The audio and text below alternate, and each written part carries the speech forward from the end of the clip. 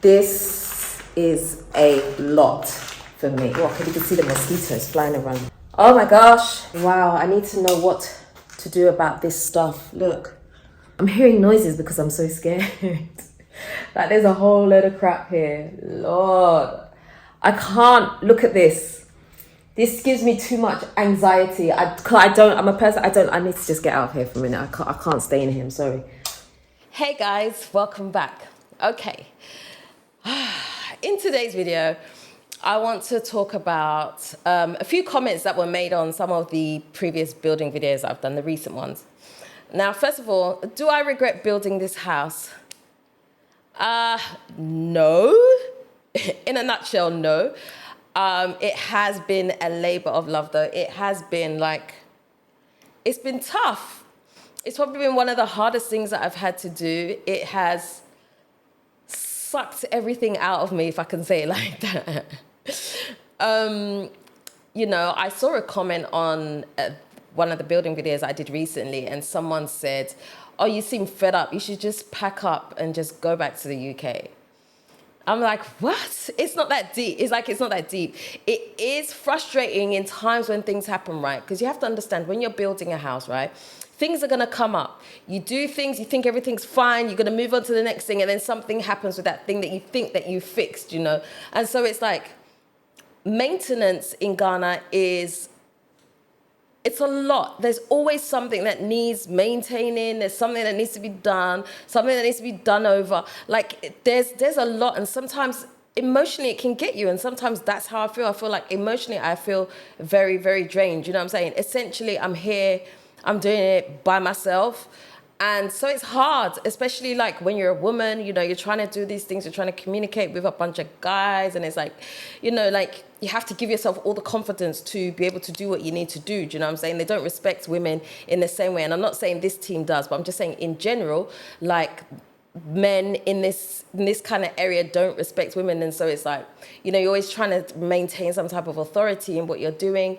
And there's a lot to it. Like there's a lot that needs to be maintained. And so sometimes when you see me on camera, I'm filming and I'm showing you the building, I'm showing you things that went wrong or things at work that they're having to do, is because in the moment, there's a lot of emotions going on. I'm tired. All I want to do is go to sleep, but I have to give him a chance to do his thing because, oh my gosh, I'm so tired.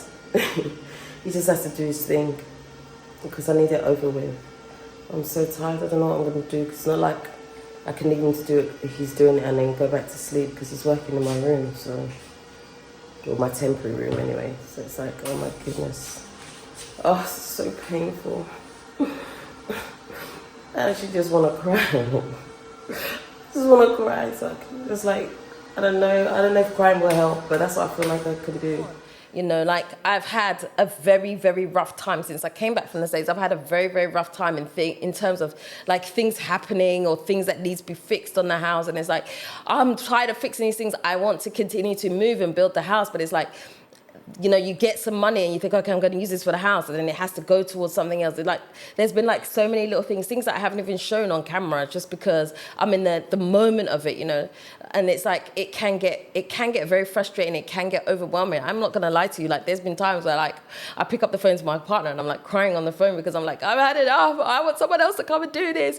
So it's not that I regret having this house, because trust me, I'm very appreciative of what I have because I see people struggling. I see some of my friends struggling, you know, going to rent here, going to rent there, looking for money in advance and all. Like, I don't have to deal with any of that. Like, I'm comfortable, even though we're only in one floor at the moment. It's like I'm comfortable enough to be comfortable. Do you know what I'm saying? So I appreciate that very much. Do I enjoy the process? It can be fun sometimes because, you know, there's some days where things are going really well and you're seeing progress. They're basically just, at the moment, just digging the foundation to do the wall, so progress. Progress, you feel good and you feel charged and all of that. But then there are a lot of down days, and anybody that has built a house will tell you that there are a lot of down days. I'm so exhausted. so exhausted. Oh, it's crazy just the way everything happened. Like, if I tell you the story of what happened when I got home, it's like unbelievable. Unbelievable. It's like you couldn't make this ish up. can't make it up. I don't have time for a pity party. I just have to sort it out. Oh my God. I don't want to do this. I don't want to have to deal with all these issues. Like, it's unnecessary. It's just been one thing after the other. So, as I said, I'm just having to put my big girl panties on and just do what needs to be done to get it done. So, there are things that go wrong, you know, things that you expected to cost X, then they cost Y, and like there's. Like, it will bring out every emotion in you. That's what it is. When you come to building Ghana, it will bring out every single emotion in you. You may think that, oh, me, I'm tough. I know what I'm going in for. Trust me, it will break you. It really will. And I know someone in the comments also, I'm trying to remember comments as I'm going along. Someone in the comments also said, you know, that's why it's better to just buy a house. Buy a house is easier. That one comes with its own problems too, you know, because first of all, you don't even know how the person built the house, right? You don't know what was done to the foundation. You don't know what challenges they faced. You don't know about the plumbing. You don't know anything. You're just buying this house. And trust me, buying a house comes with its own set of problems. Things pop up. I mean, we rented a house before. The guy that we rented from, he actually wanted to sell the house to us. But that house, because we had already lived in it for a year, we rented it out for 2 years at the time. We had lived in it for a year. With like the challenges, like the plumbing in one of the rooms was atrocious. Like, that room could not be used. It was not functional because it had such a bad smell in it, and it would only come out at certain times. Like, it wasn't all the time that the smell was in there, because obviously if had we gone in there, we checked the house, it was like there was no smell in there. It was fine, right? I was like, okay, there's this lovely room.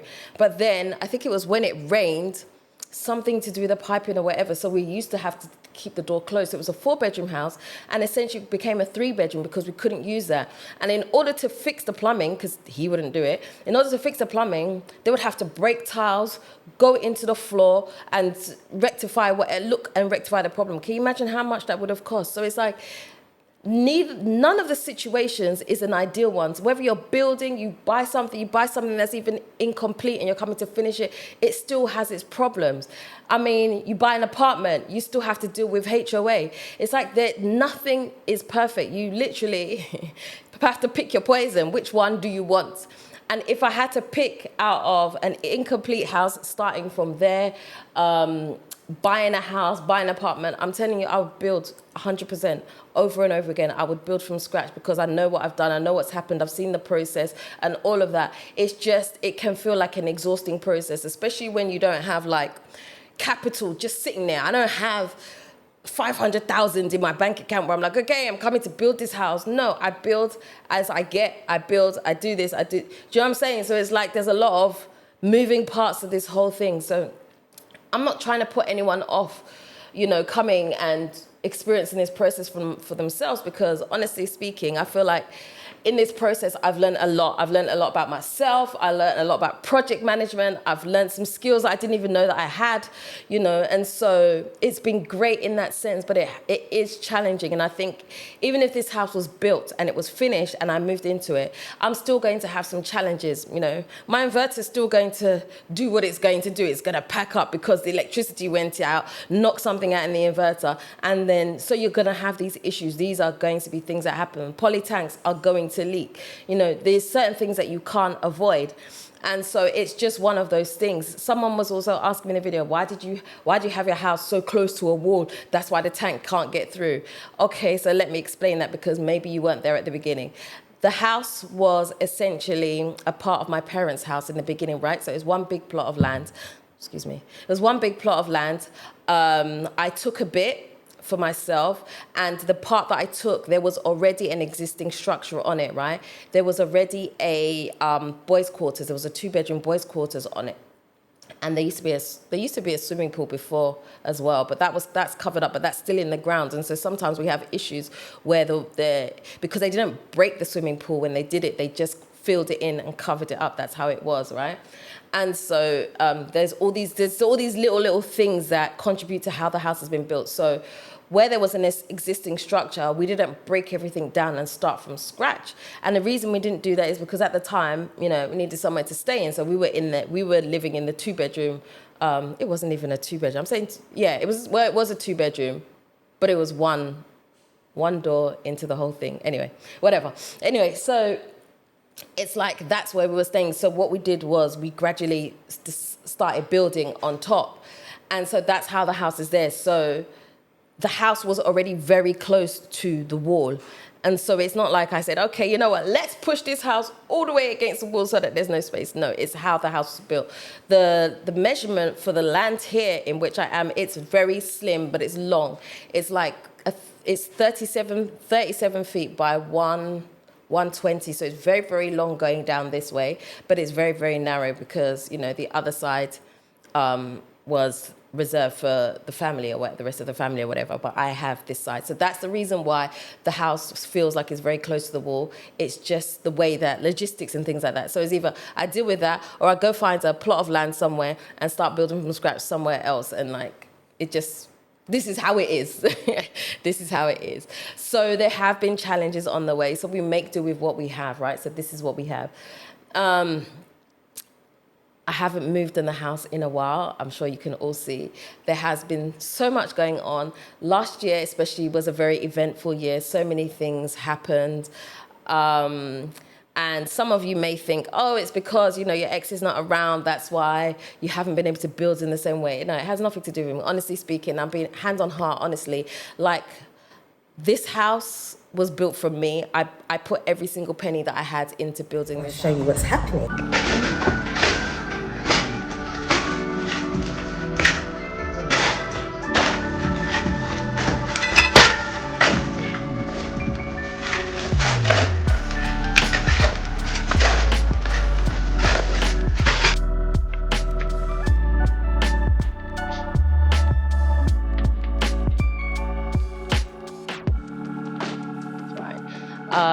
And so that wasn't the situation. The situation was, you know, the design was predominantly him, but the funds came from me. And so this is how the house was built.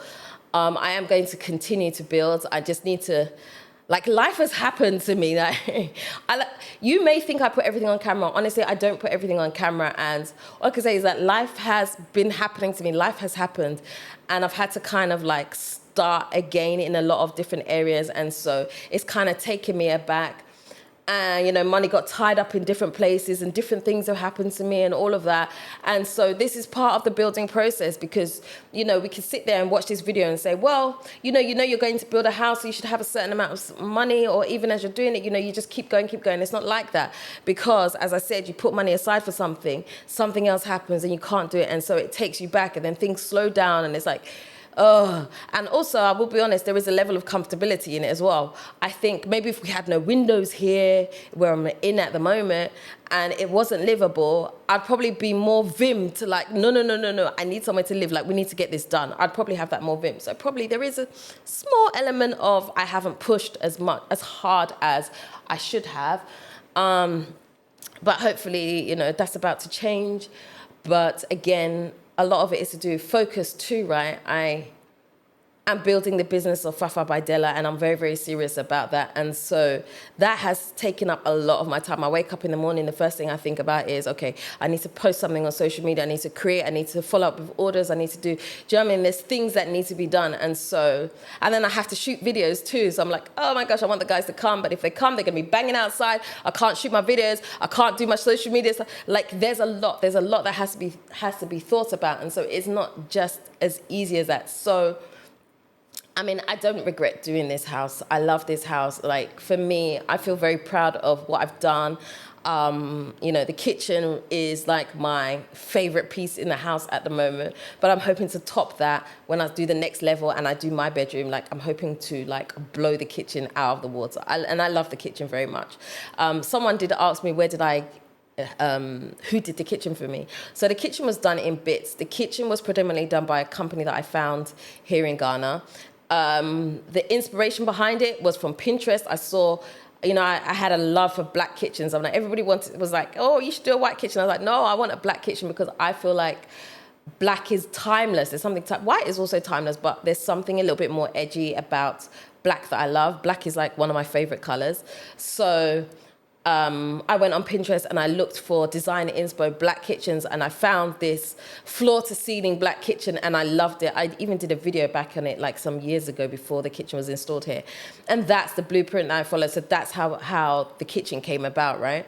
So I have ideas for the upstairs that I want to do. I love, if you don't know, I love interior design. I love all of that. But sometimes, you know, when the money's not there, you can't do what you want. So I have things that I want to do and improve on the house. So like even like the kids' bedrooms, there's things that I want to do, even though the kids are growing now, like, oh my gosh. But anyway, like there's things that I want to do in the rooms. There's ways that I want the house to be used, but you know, it will all happen over time. And you know, sometimes there are seasons to things. So right now I'm in, you know, I've been in a season where, you know, it's been tough. Things have happened, but you know, slowly I'm going to start to come out of that season. And as I start to come out of that season, you'll see me doing more building videos, more things happening with the house and all of that.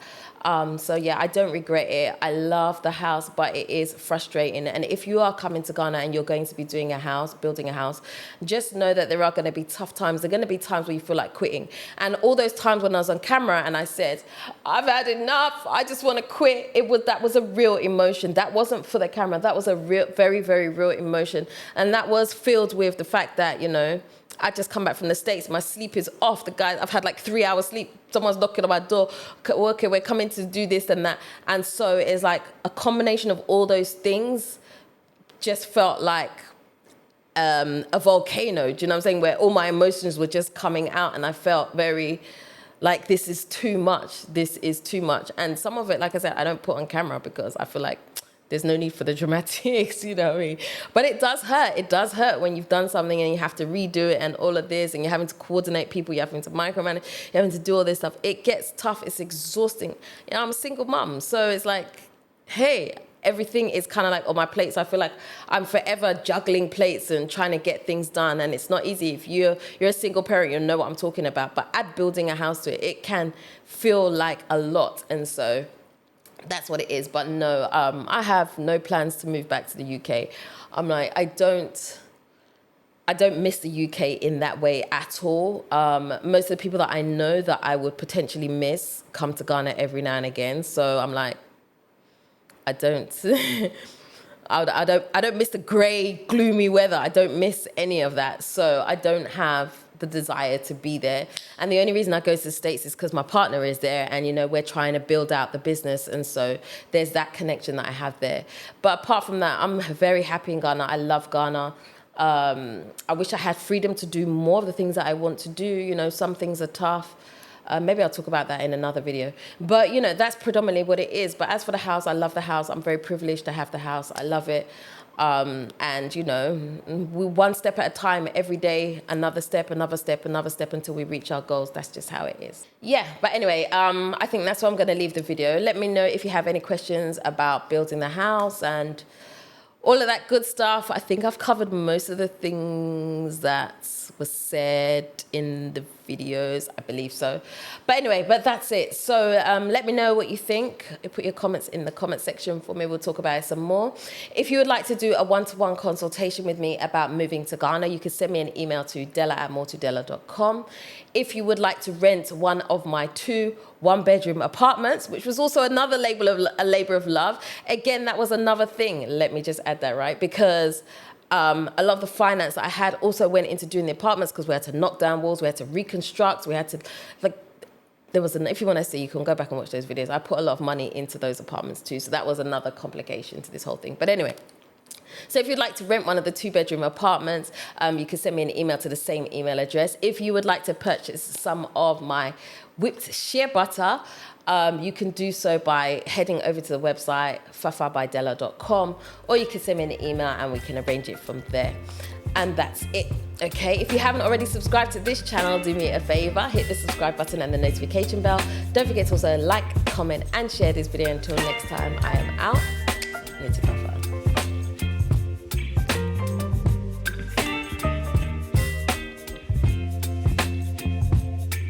Baby, you give me ice and fire. You're giving me wind and rain. You're some kind of bird.